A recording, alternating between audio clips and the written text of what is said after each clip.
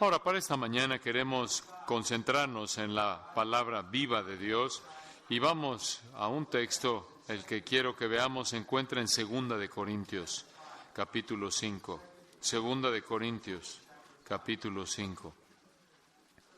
La pregunta podría ser hecha, ¿por qué la iglesia existe en el mundo? ¿Por qué es esta iglesia evangélica en la ciudad de León? ¿Por qué estamos tan preocupados por el ministerio de esta iglesia? ¿Por qué queremos expandir la iglesia, que crezca, que se edifique la iglesia? ¿Cuál es nuestro propósito? ¿Cuál es la dirección? Y la respuesta a ello se encuentra en una porción de las Escrituras que el apóstol Pablo escribió bajo la inspiración del Espíritu Santo. Y quiero leérselas. Y Luis va a leer 2 de Corintios 5, versículos 17 al 21. 5, 17 al 21. De modo que si alguno está en Cristo, nueva criatura es. Las cosas viejas pasaron. He aquí todas son hechas nuevas.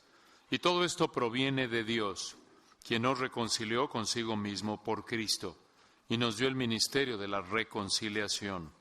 Que Dios estaba en Cristo reconciliando consigo al mundo, no tomándoles en cuenta a los hombres sus pecados, y nos encargó a nosotros la palabra de la reconciliación. Así que somos embajadores en nombre de Cristo, como si Dios rogase por medio de nosotros. Os rogamos en nombre de Cristo, reconciliaos con Dios. Al que no conoció pecado, por nosotros lo hizo pecado, para que nosotros fuésemos hechos justicia de Dios en Él. Esa es la afirmación de la misión de la iglesia en el mundo. Notarán ahí en el versículo 20 la palabra embajadores. Esa es una palabra muy, muy importante. Una palabra que define a la iglesia. Somos embajadores de Cristo. Es un término muy rico. Un embajador es una persona que se encuentra en una tierra extranjera, en una nación extranjera, que representa un poder a un gobierno extranjero, un mensajero, un representante. No tiene su propio mensaje, no tiene su propia autoridad. No tiene una autoridad propia, sino que más bien tiene la autoridad del monarca de su país, que es su hogar. Y tiene un mensaje que tiene que entregar en nombre del rey. Y un embajador es enviado por el rey para proclamar el mensaje del rey, el mensaje del gobernante o del soberano, que tiene el derecho de mandar al pueblo. Y dichas deberes en el pueblo, en el día de Pablo, eran muy común. Los gobernantes y reyes tenían embajadores que iban al pueblo y le daban al pueblo el mensaje del rey. En muchos casos era un rey que extendía su reino y ahora declaraba su voluntad al pueblo de su nuevo dominio. Esto es lo que somos, esto es lo que los creyentes somos, esto es lo que los verdaderos cristianos son. Somos embajadores. Venimos del Rey Celestial, de parte del Rey Celestial, del Reino Celestial. No tenemos un mensaje propio. Este no es un mensaje humano. Venimos a hablar en nombre del gran soberano mismo, el Rey de Reyes, el Señor de Señores, Jesucristo. Y su palabra es nuestro mensaje. Cuando llegas a la iglesia del Señor Jesucristo, la verdadera iglesia del Señor Jesucristo, escucharás de Dios, de parte de Dios, escucharás el mensaje que el Rey quiere que se declare. No escucharás un mensaje tradicional, esto es de la tradición o de la filosofía. No escucharás un mensaje producido por inteligencia humana, no tiene que ver con el ingenio humano. Lo que es nuevo, Dios hablará, porque somos sus mensajeros, sus embajadores trayendo su mensaje. Tenemos el honor de proclamar su mensaje. Ahora, ¿cuál es su mensaje? ¿En qué consiste? Una palabra revela ese mensaje en este pasaje y aparece 5 veces. Como lo leía Luis lo escucharon. Es la palabra reconciliarse o reconciliación. 5 veces esa palabra ha aparecido en este pasaje.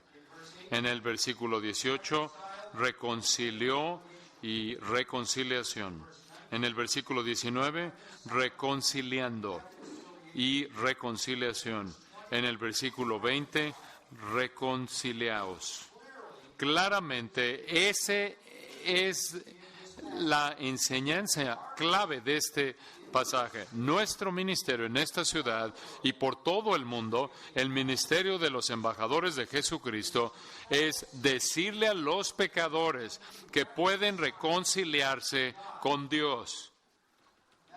Esa es la gran noticia del Evangelio. El mensaje más importante que cualquier persona puede dar, el mensaje más importante que cualquier persona puede escuchar. No, tú puedes reconciliarte con Dios. Algunas veces cuando la gente me pregunta a qué me dedico, le puedo decir esto: mira, yo tengo un gran trabajo. Mi trabajo consiste en decirle a los pecadores que pueden reconciliarse con Dios. ¿Estás interesado? Estaba en un vuelo, en un avión en Estados Unidos, y estaba sentado en el asiento de en medio, y junto a mí había un hombre que obviamente era árabe y tenía mi Biblia y estaba escribiendo, tomando algunas notas porque iba a hablar en una conferencia, y me veía y volteaba a verme y me veía y me veía. Y finalmente él dijo: disculpe, señor, ¿es esa una Biblia? Y le dije: sí, es una Biblia. Y me dijo: ¿le puedo hacer una pregunta? Me dijo: yo acabo de llegar a Estados Unidos, yo vengo de Irán. En mi país todo el mundo es del Islam, todo el mundo es musulmán. Solo hay una religión. Pero en Estados Unidos hay muchas religiones. Es muy confuso para mí. Entonces, por favor, señor, ¿podría usted decirme cuál es la diferencia entre un católico, un protestante y un bautista? Y no sé por qué le escogió a los bautistas. Entonces le dije: claro. Entonces le expliqué el sistema externo, la religión externa sacramental, religiosa, ritualista, y después la reforma protestante y la recuperación del verdadero evangelio, y como una persona en Cristo solamente, por gracia solamente, por fe únicamente podía reconciliarse, y coloqué a los bautistas en la categoría apropiada. Y esto abrió la puerta para mí. Entonces le dije: ¿le puedo hacer una pregunta, señor? Claro. Y le dije, y yo conocía la respuesta, pero quería oírla de él. Y yo le pregunté: ¿acaso los musulmanes pecan? Oh, sí. Y le dije: ¿tienes muchos pecados? Muchos pecados. Tenemos tantos pecados que ni siquiera conozco todos los pecados. Y le dije: disculpe, ¿le puedo hacer otra pregunta? ¿Usted los comete? Todo el tiempo.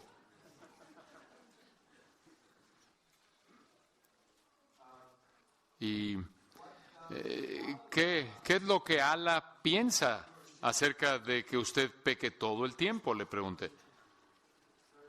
Es muy malo. Él dijo: yo podría irme al infierno para siempre. ¿Hay un infierno en el Islam? Yo podría irme al infierno para siempre.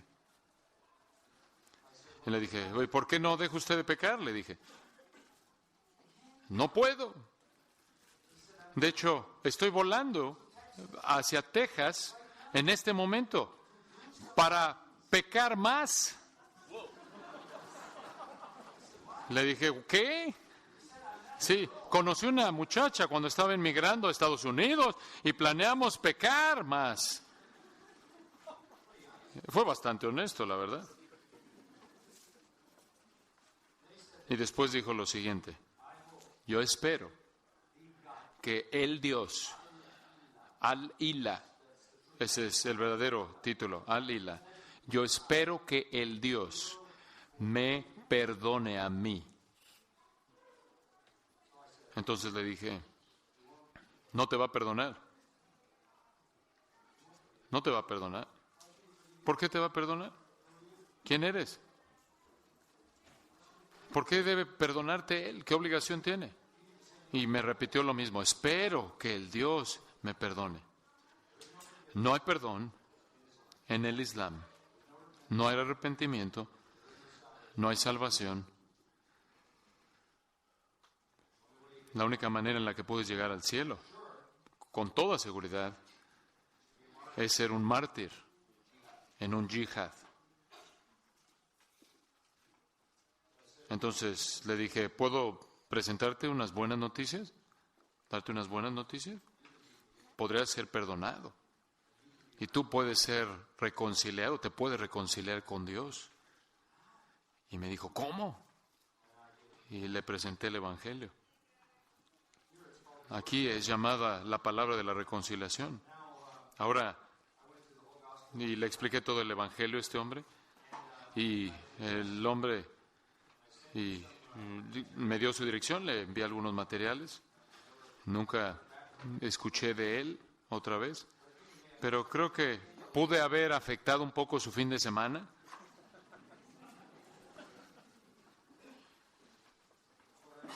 A eso me dedico. Le digo a la gente que puede reconciliarse con Dios. Estaba volando en otra ocasión en Estados Unidos y se sentó un hombre a mi lado en el avión. Este era un músico de rock lleno de tatuajes y de perforaciones. Se veía bastante raro el hombre. Y le dije, yo le digo a la gente que se puede reconciliar con Dios. ¿Estás interesado? Se puso de pie y se fue. Acabamos de despegar de Nueva York. Nunca más lo volví a ver en un vuelo de 5 horas. Entonces, algunas veces los aleja, pero siempre es la verdad. Siempre es lo que hacemos. ¿Por qué esta iglesia existe en esta ciudad? Para decirle a los pecadores que pueden reconciliarse con un Dios santo, el Dios mismo que ellos ofenden por sus pecados diariamente.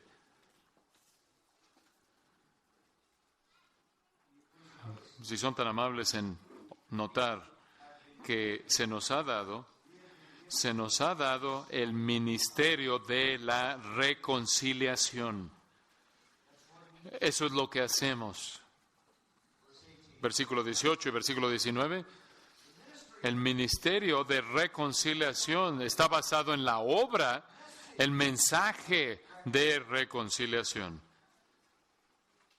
Esta es la razón por la que es llamada el Evangelio, porque estas son buenas noticias.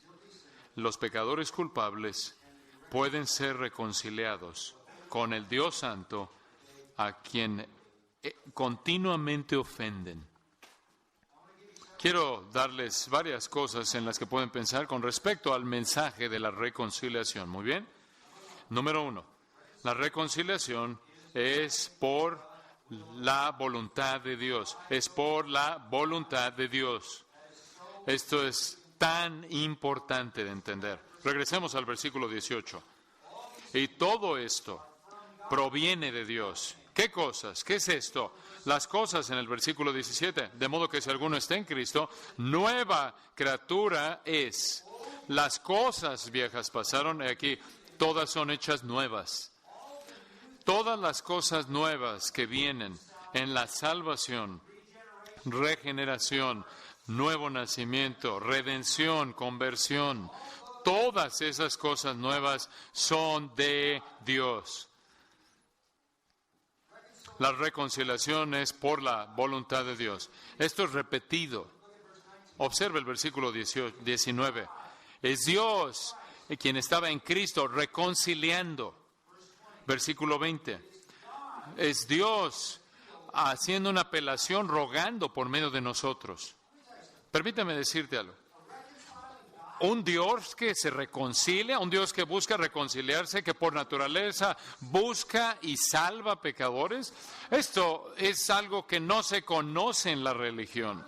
Esto no se conoce, es desconocido en la religión. Puedes tomar la historia de la religión y lo he estudiado a lo largo de los años, y puedes ver y analizar todas las deidades que se han manufacturado por los hombres y los demonios, y prácticamente cruzan un espectro a lo largo de un espectro que va de lo indiferente a lo hostil, y todos los puntos que se encuentran en medio de estos dos extremos. Pero nunca encontrarás fuera de las Escrituras, de la Biblia, un Dios que por naturaleza es un Dios perdonador, amoroso, reconciliador. Encontrarás a dioses de indiferencia, como en el Antiguo Testamento, la ilustración de Elías en el Monte Carmelo. Y Elías le dice a los profetas de Baal: vamos a tener una competencia, un concurso, vamos a ver quién es Dios. Vamos a hacer un altar y veamos quién envía fuego. Ustedes oren a Baal y yo oraré al Dios verdadero y veremos quién responde.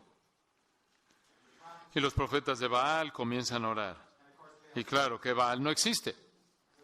No hay un Dios, hay una fuerza demoníaca que prácticamente está siendo el que representa al Dios Baal, pero nada sucede. ¿Y qué es lo que Elías dice? Quizás tu Dios está durmiendo, quizás está de vacaciones. Eso es indiferencia. Realmente no se preocupa por ti, no le preocupa tus oraciones. Eso es algo típico de los dioses, que francamente es ala, impenetrable, intocable, indiferente, no interesado. El espectro prácticamente llega al otro polo en la religión, a la hostilidad. Regresemos a Israel una vez más. Digamos que tú adorabas a Moloch o Molech. Moloch estaba enojado con la gente todo el tiempo, de acuerdo a ese sistema religioso, y la única manera en la que podías hacer que Moloch estuviera en paz contigo, lo apaciguaras, era tomar a tu bebé y quemar a tu bebé matándolo en un altar. Y entonces podías apaciguar a Moloch. Él demandaba un sacrificio de infantes. En la historia de las religiones del mundo tienes a dioses desinteresados, apáticos, indiferentes, y tienes a deidades hostiles, crueles, homicidas y todo tipo de cosas en medio de estos dos polos, pero nunca, si estudias la historia de las religiones del mundo, nunca encontrarás a un Dios hecho por los hombres o los demonios que por naturaleza es un Dios amoroso, misericordioso, que busca reconciliarse. Dios nuestro Salvador, quien quiere que todos los hombres sean salvos y vengan al conocimiento de la verdad. Dios de tal manera amó al mundo que dio a su Hijo unigénito para que todo aquel que en él cree no se pierda, mas tenga vida eterna. La Biblia celebra el hecho de que Dios es un Dios salvador. Y yo sé que lo que los críticos han dicho, bueno, ¿qué hay acerca del Antiguo Testamento? ¿Qué hay acerca del Dios del Antiguo Testamento que le dice a los israelitas que aplasten a los cananeos? ¿Qué hay acerca del Dios que ahoga al ejército egipcio? ¿Qué hay acerca del Dios que abre el suelo y se traga a la gente? ¿Y qué hay acerca del Dios que cuando unos jóvenes dicen, oh, calvo, un profeta envía osos del bosque para despedazarlos? ¿Qué tipo de Dios es ese? ¿Qué tipo de Dios es ese? ¿Qué tipo de Dios quita la vida? ¿Qué tipo de Dios ahoga al mundo entero en el diluvio? Un Dios justo. Pero ¿recuerdas que antes del diluvio, durante 120 años, Noé fue un predicador de justicia, diciéndole a ese mundo entero que podía reconciliarse con Dios si confiaban en Él y lo rechazaron. Puedes ver el Antiguo Testamento de una manera diferente. La pregunta no es ¿por qué tantas personas murieron? Esa no es la pregunta. La pregunta es ¿por qué alguien vivió? ¿Por qué una persona vivió? ¿Cómo es posible que aún antes del diluvio? ¿Cuánto tiempo vivieron? Tanto como 900 años. Bastante tiempo. Como puedes ver, la pregunta no es ¿por qué la gente murió? ¿Por qué la gente pereció? La pregunta es ¿por qué vivieron? Porque la Biblia dice que la paga del pecado es muerte. El alma que pecare, esa morirá. Ninguno de nosotros merece vivir. Salimos del vientre siendo pecadores. Somos pecadores desde el momento de la concepción misma. Dios tenía todo el derecho de quitarnos nuestra vida. Pero los pecadores viven y florecen. Y están por todos lados a nuestro alrededor. Y disfrutan de la vida. Y les encanta una buena comida. Les encanta un hermoso día, disfrutar de un hermoso día y disfrutar de una hermosa caminata. Y les encanta el entretenimiento y la aventura y se enamoran, se casan, tienen hijos, nietos, tienen dinero y son prósperos. Disfrutan de lo mejor de la vida. ¿Por qué? Porque Dios, por naturaleza, es un Dios paciente, amable, perdonador. Y su amabilidad, su benignidad, Romanos 2 nos dice, es para guiarlos al arrepentimiento. Esto es a lo que Pablo se refería en 1 Timoteo 4:2 cuando dijo, Dios es el Salvador de todos los hombres. Dios es el Salvador de todos los hombres, es mayormente o especialmente los que creen. ¿Qué es esto? Sabemos que es el Salvador de aquellos que creen en un sentido eterno y espiritual, pero ¿cómo es posible que Él sea el Salvador de todos los hombres? ¿Cómo es eso posible en este sentido? Él es el Salvador de todos los hombres en un sentido físico y temporal. Tú sabes que Dios es un Salvador porque no le da a los pecadores lo que merecen cuando lo merecen. Es la salvación está desplegada en el hecho de que los pecadores viven en el sentido físico, en el sentido terrenal. Él está diciéndoles, yo soy un Dios que es paciente, amable y dispuesto a perdonar y reconciliarme. Nunca podremos hacer algo para poder diseñar un plan y de esta manera reconciliarnos con Dios. Él es el que fue ofendido.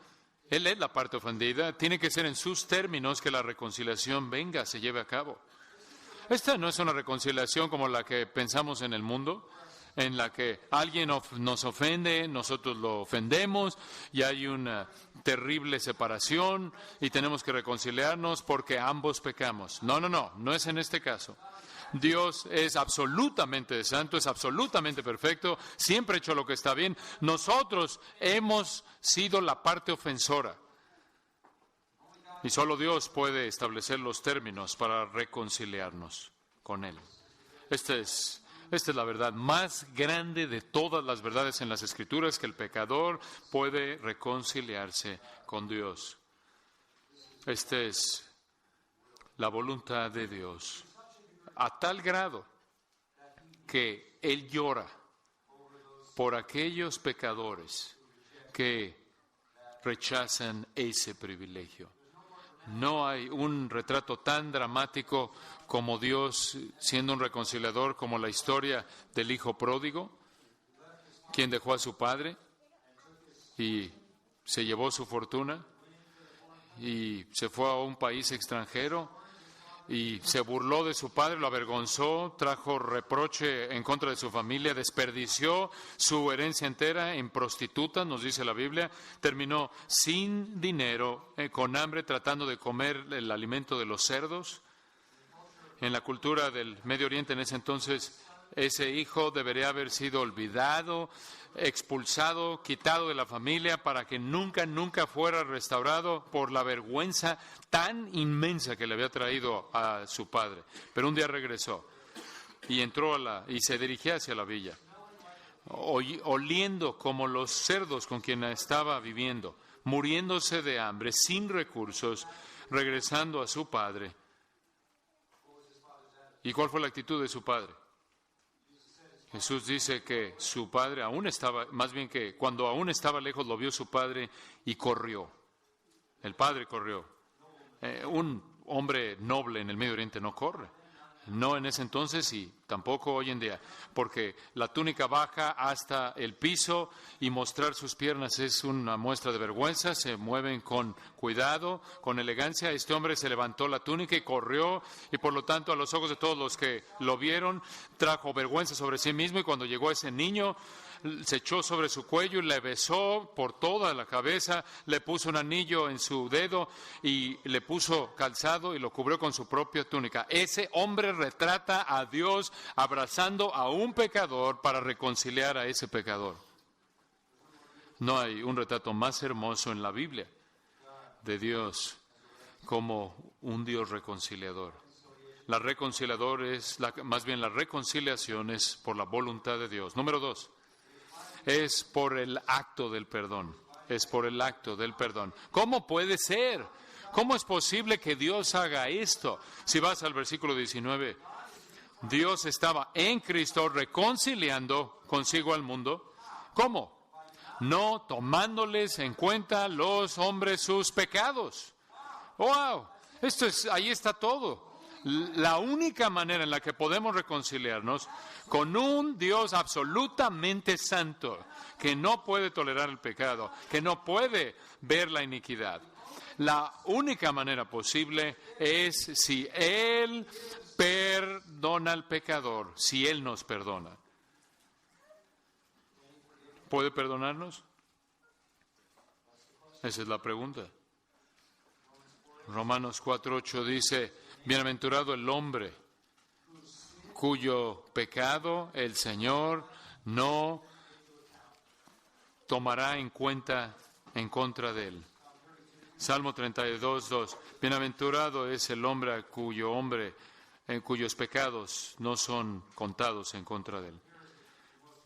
Y aquí están las noticias más gloriosas de todos. Dios es un Dios reconciliador por naturaleza. Su naturaleza consiste en reconciliar a pecadores y para hacer ello está dispuesto a perdonarles todos sus pecados. Le dije a ese árabe ese día en el avión, hay una manera en la que el Dios verdadero te perdonará todo pecado que jamás has cometido, todo pecado que cometerás, todos tus pecados, pasados, presentes y futuros. Esa es su naturaleza. Eso es lo que está dispuesto a hacer. Esa es la única esperanza de reconciliación. Y ustedes entienden eso, aún en un sentido humano. La única manera en la que la gente que tiene una enemistad es mediante el perdón. Cuando hay finalmente una separación en una relación de matrimonio, cualquier otro tipo de relación, en últimas se debe a que no hay perdón. En últimas, esto es lo que finalmente separa toda relación que es separada o rota. En el caso de Dios, el perdón está disponible. Es posible. Piensa en ello en estos términos. Es posible para ti. Es posible que el registro de tu pecado sea borrado de manera total delante de Dios. Él dijo: no me acordaré más de tus pecados. Alejaré tu pecado tan lejos como esté el oriente del occidente. Eso es la infinidad, el infinito, una línea infinita. Echaré tus pecados, dijo él, en las profundidades del mar más profundo y no me acordaré más de ellos. Este es perdón completo. Ese es el mensaje que tenemos para toda persona. Puedes reconciliarte con Dios. Dios busca como el reconciliador, reconciliarse contigo el pecador. ¿Cómo lo puede hacer? Él está dispuesto a perdonarte todos tus pecados. Ese es nuestro mensaje. Ese es el mensaje bíblico. Hay un tercer punto. ¿Cómo sucede esto? Por la voluntad de Dios, por el acto del perdón y por el medio de la fe. ¿Qué hacemos? Observa el versículo 20. Os rogamos, en nombre de Cristo, reconciliaos con Dios. ¿Él está dispuesto? Él ha establecido la reconciliación. Él está dispuesto a perdonar. Si vienes a Él, Él no te va a rechazar. Él te perdonará. Pero tienes que venir. ¿Cómo vienes? ¿A través de la iglesia? ¿A través de una ceremonia? ¿A través de un ritual? No. A través del arrepentimiento. El Nuevo Testamento es tan claro en esto. Arrepentíos, arrepentíos. Eso quiere decir dejar tu pecado, odiar tu pecado, darle la espalda a tu pecado, decir, quiero dejar mi pecado, ponerlo atrás. Lloro por mi pecado y te pido, Señor, que perdones mi pecado por fe. Le rogamos a la gente que se reconcilien. Y realmente cuando le rogamos a la gente es Dios rogando a través de nosotros, de acuerdo al versículo 20. Llamamos a la gente a arrepentirse y creer en el Señor Jesucristo para que se reconcilien con Dios. Esta no es una ceremonia, no es un ritual, no es un proceso. Este es un acto de fe penitente. Y hay tanto que podría decirse acerca de eso, obviamente. Pero ese es lo difícil. Esta es la parte difícil porque los pecadores no quieren dejar su pecado. ¿Se acuerdan cuando Jesús en Lucas 4 fue a su propia ciudad, ahí en su pueblo Nazaret? Había estado fuera, creció allí, 30 años de su vida en esencia. Todo el mundo lo conocía, no tenía pecado, era un joven perfecto, un niño perfecto, perfecto su vida entera. Ese fue su ciudad, una villa, un pueblo pequeño llamado Nazaret, y regresó. Después de que comenzó su ministerio, a la edad de 30 años, él llegó al pueblo, entró a la sinagoga en la que había crecido, todo el mundo lo conocía, su familia extendida, sus amigos, vecinos. Se puso de pie y les declaró, yo soy el Salvador, yo soy el Mesías. Y dijo, he venido a predicar las buenas nuevas de salvación a ustedes. Y después dijo lo siguiente, citando Isaías 61, las buenas nuevas son únicamente para los pobres, los cautivos, los ciegos y los oprimidos.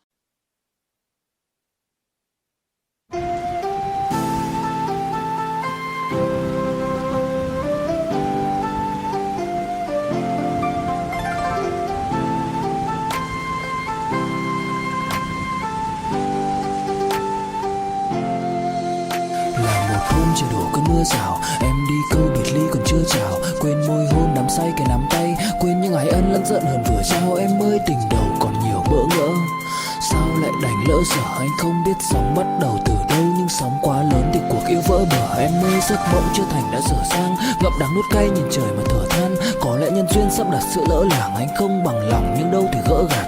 Vài kỷ niệm nhật ký vẫn ghi chép, vài đoạn phim còn lưu lại chi tiết.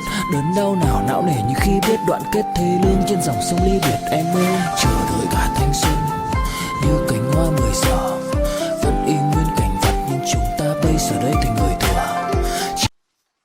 Eso es lo que dijo. Él dijo, vine a los pobres, aquellos que están en cautividad, en esclavitud, aquellos que están ciegos, aquellos que están oprimidos. ¿De qué estaba hablando aquí? No está hablando de algún tipo de estatus social.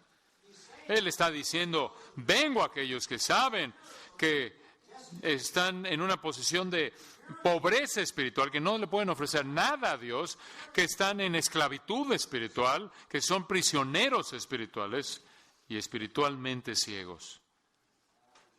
Y a los judíos no les gustó escuchar esto. Aún sus propios amigos no les gustó escuchar esto. Se veían a sí mismos como justos, santos y nobles y buenos y religiosos.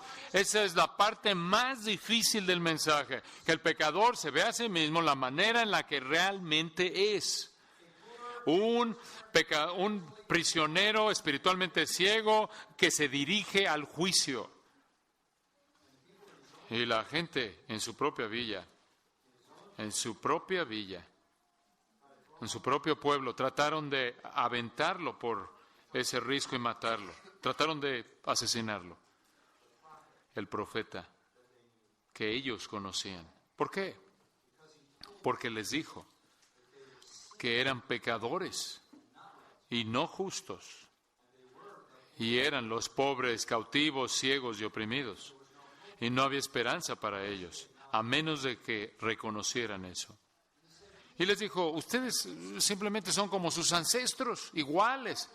Y los llevó de regreso al Antiguo Testamento. Y les dijo, el profeta vino en el pasado, y no podía hacer nada con sus padres tampoco, con sus ancestros, debido a su incredulidad y su impenitencia. Entonces fue con el enemigo. Él fue con el enemigo y le dio dos ejemplos de esto. Elías, y les dijo, ustedes son iguales. Cuando le rogamos a los pecadores, estamos rogándoles porque es muy, muy difícil admitir que eres un pecador y estar dispuesto a volverte de tu pecado y dejarlo y confiar en el perdón completo de Dios. Dejar tu pecado atrás. Jesús contó dos historias que ilustraron. Hubo un hombre que encontró una perla de gran precio y vendió todo para comprar esa perla. Hubo un hombre que encontró un tesoro en un campo y vendió todo lo que tenía para comprar ese tesoro que encontró en el campo. Ese es un retrato de la salvación en ilustración. Entregas todo lo que tienes por la perla de gran precio. La perla invaluable, el tesoro invaluable. ¿Y qué es lo que estás entregando? Tu vida de pecado. La reconciliación es por la voluntad de Dios, por el acto del perdón, por el medio de la fe arrepentida. Y un punto final, y este es el importante. ¿Cómo puede Dios hacer esto? ¿Cómo Él puede hacer esto? Porque si Dios es santo, y si Dios es justo, es recto, ¿cómo Él puede simplemente perdonar? Digamos que Dios es un juez en una corte, y un criminal entra a la corte, y el criminal dice, mire, yo confieso, yo maté a todas esas personas, yo los maté prácticamente en un asesinato a sangre fría, yo lo confieso, lo siento mucho, lo confieso. ¿Qué sucede? Si el juez le dice, gracias por su confesión, está perdonado, absuelto, se acabó el juicio. No sería un juez por mucho tiempo. ¿Cuál es la responsabilidad del juez? Mantener en alto la ley. ¿Cómo puede Dios hacer esto? Pablo presenta esta pregunta de esta manera en Romanos. ¿Cómo puede Dios ser justo y el justificador de pecadores? ¿Entienden eso? ¿Cómo puede Él ser santo y al mismo tiempo perdonar a pecadores? ¿Cómo puede Él? Buồn dẫu không cách nào mang nắng về đêm đông, cũng không hái được sao trên trời kia đem xuống, nhưng sau này có thể đưa em giữ hộ tiền lương, sau này có thể làm việc nhà nếu em lười. Nhân gian thường nói không tồn tại thiên đường, chắc do họ chưa từng nhìn thấy lúc em cười. Ấm áp tỏa sáng tựa vầng thái dương, kéo anh chuyển động tinh tiến ở xung quanh hoài ngày. Hạnh phúc nhất mà anh âm thầm mãi ước, ngày ta đứng trước linh mục và cùng sánh vai lại. Thêm lần nữa tuyên bố nhẹ, em về khuyên bố mẹ kén rể đi anh đến tuyển ngay. Dù ít tin tưởng vào duyên số, nhưng nếu em cho số đảm bảo mình nên duyên đấy. Từ khi gặp em Google hết tác dụng, bởi em là tất cả cả những gì anh cần tìm, giống một kho báu để ngăn người khác đụng tới. Đối đầu thế giới anh cũng sẵn sàng cân tín, ghét phải lặng im coi em như cô bạn. Nỗi nhớ đong đầy bao giờ mới khô cạn, khoảnh khắc bên nhau thời gian như ngừng trôi vì em sở hữu sự hấp dẫn vô hạn. Yêu đơn phương cảm giác khó đọc tên, mọi thứ mù mịt giống như đứng trước bão. Mãi hy vọng chờ đợi ngóng trông đến ngày nụ hôn đó sẽ một lần được trao. Hương thơm ngọt ngào vương trên mái tóc em, gây nghiện cực mạnh anh ngày đêm ước ao. Quỳnh là loài hoa đẹp nhất trong bóng đêm, cuộc đời này u tối đang cần em bước vào. Đưa cho anh cái bản đồ vì anh sắp lạc bên trong đôi mắt kia. Hãy đưa cho anh cuốn từ điển vì cảm xúc này anh không thể cắt nghĩa. Chuẩn bị đưa anh. ¿Cómo puede él ver el pecado siendo él tan santo y odiarlo tanto y al mismo tiempo verlo de una manera, minimizarlo al perdonarlo? Esa gran pregunta, ese dilema, te lleva al corazón del Evangelio. Versículo 21. 15 palabras en el griego que definen el Evangelio en los términos más poderosos posibles. Aquí encontramos cómo es posible que Dios pueda perdonar y al mismo tiempo continuar siendo justo. Aquí está. Al que no, este es Dios, al que no conoció pecado, por nosotros lo hizo pecado. ¿Quién es esa persona que no conoció pecado? Jesucristo no conoció pecado. Solo tienes una persona de aquí donde escoger. El Hijo de Dios sin pecado. Dios lo hizo al que no conoció pecado. Dios lo hizo por nosotros pecado. Ahora, aquí está el cuarto punto. La reconciliación es por la voluntad de Dios, por el acto del perdón, por el medio de la fe y escucha, y por la obra de sustitución. Esta es una gran obra. Esta es la palabra de la reforma. Este es lo que disparó la reforma, el gatillo que la echó a andar.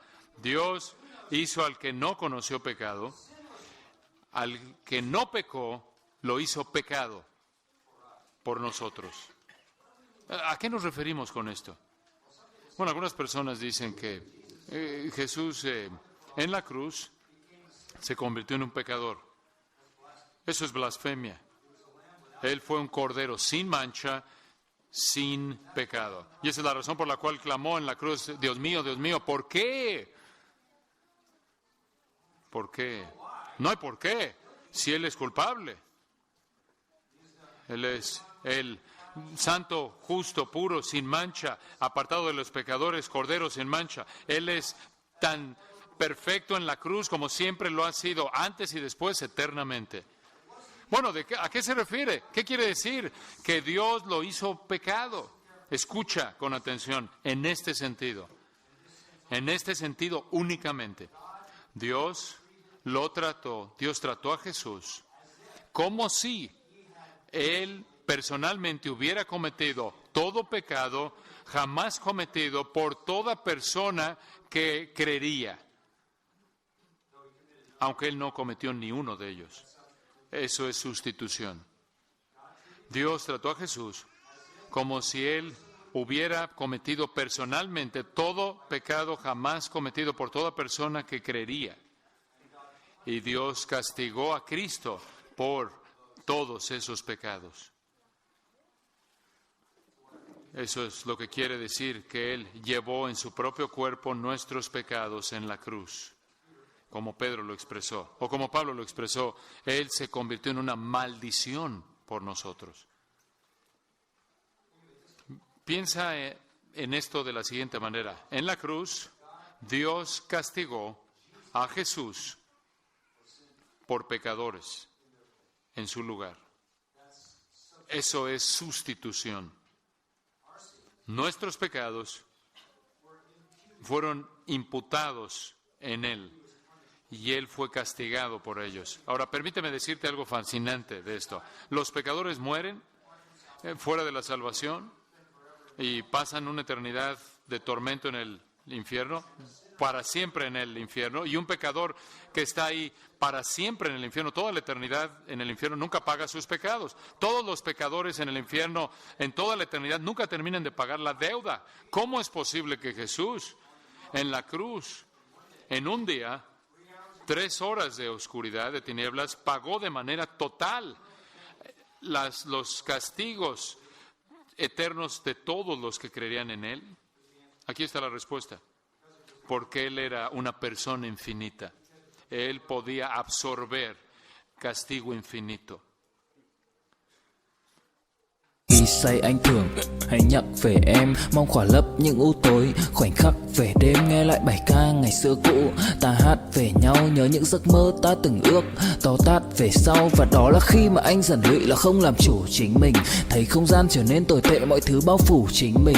Em đâu còn như điều anh mơ, anh cũng tự nhủ chính mình. Nhưng mà thôi em, nào ai giỏi mà đủ tính tình, chẳng thể vươn tới được cảnh cao dù anh có nhã ý trèo. Trong cơn say mọi thứ cuồng quay, anh trở thành gã chí phèo. Yêu chân thành là không thay lòng dù em có như thị nở. Ý anh là em như cô tấm, nhìn em như thị nở. Đêm vắng nàng ngón tay xám vàng vì đốt cả bao thuốc lá. Căn phòng chung ký sữa nồng ấm bây giờ sao bút giá. Một thói xấu mà anh đã quen khi em không ở bên lâu. Anh thường ngồi trong một góc tối nhậu suốt cả đêm thâu. Em mang con tim anh đi đâu, khiến anh mù quáng vẫn cố sáng mỗi khi đau. Em mang con tim anh đi đâu, điều gì choáng váng để xứng đáng ướt mi nhau. Em mang con tim anh đi đâu, khiến anh mù. Dios es justo. Todo pecado jamás cometido será castigado. Todo pecado. Sea que el pecador será castigado o Cristo habrá llevado el castigo del pecador. Ningún pecado queda sin ser castigado. Eso no es todo. Eso sería suficiente en un sentido, pero hay más. Observa el resto del versículo. El resto del versículo dice lo siguiente: para que nosotros fuésemos hechos justicia de Dios en Él. Ese es el otro lado de esta verdad. Y esto es igualmente profundo. En la cruz, Cristo trata a Jesús, más bien Dios trata a Jesús como si hubiera vivido nuestras vidas. Y ahora nos trata como si hubiéramos vivido su vida.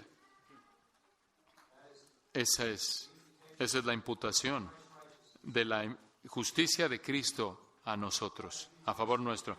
Dios le imputa nuestro pecado a Él en la cruz y después imputa o nos acredita su justicia a nosotros. Dios lo trató como si viviera tu vida, como si hubiera vivido tu vida, y ahora te trata a ti como si tú vivieras su vida. Tú estás en Cristo. Yo solía pensar, ¿por qué Jesús tuvo que vivir 33 años? Si yo hubiera sido Dios, le hubiera dicho, mira, tenemos que tener un sacrificio para el pecado. Le hubiera dicho a su hijo, ¿podrías ir y morir?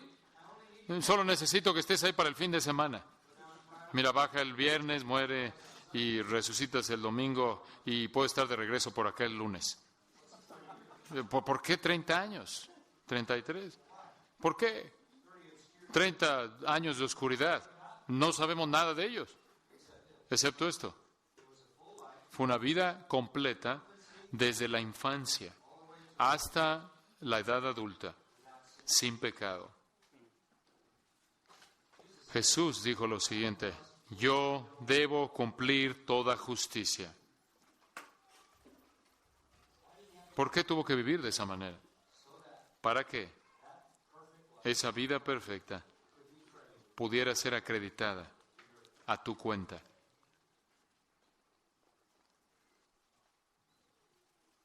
Él murió, tu muerte, tú vives su vida.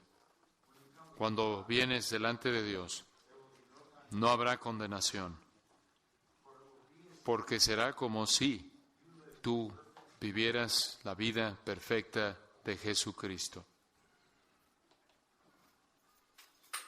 Estas son las buenas nuevas. Esta es la razón por la que existimos. Esta es nuestra misión, el mensaje de la reconciliación con Dios. Padre, te damos gracias por nuestro tiempo juntos en esta mañana. Gracias por tu palabra. Gracias por esta gloriosa palabra de reconciliación. las buenas nuevas del Evangelio. Gracias por Cristo, quien se convirtió en pecado por nosotros para que fuésemos hechos justicia de Dios en Él. Que no haya alguien aquí que le dé la espalda a esto por el amor al pecado, por el amor a la iniquidad. Señor, que tu Espíritu Santo ruegue al pecador que se vuelva de su pecado, lo deje y se entregue a Cristo y que tú coloques este mensaje en el corazón de esta gran iglesia, en esta gran ciudad, en esta gran nación, y que el mensaje de la reconciliación salga de estos embajadores de Cristo, no solo en esta ciudad y este país, sino alrededor del mundo, para que Jesús sea exaltado y que tú, oh Dios, puedas ser agradado, porque no te agradas, no quieres la muerte del impío. Por tu gloria, para tu gloria oramos estas cosas. En el nombre de nuestro Señor y Salvador Jesucristo. Amén.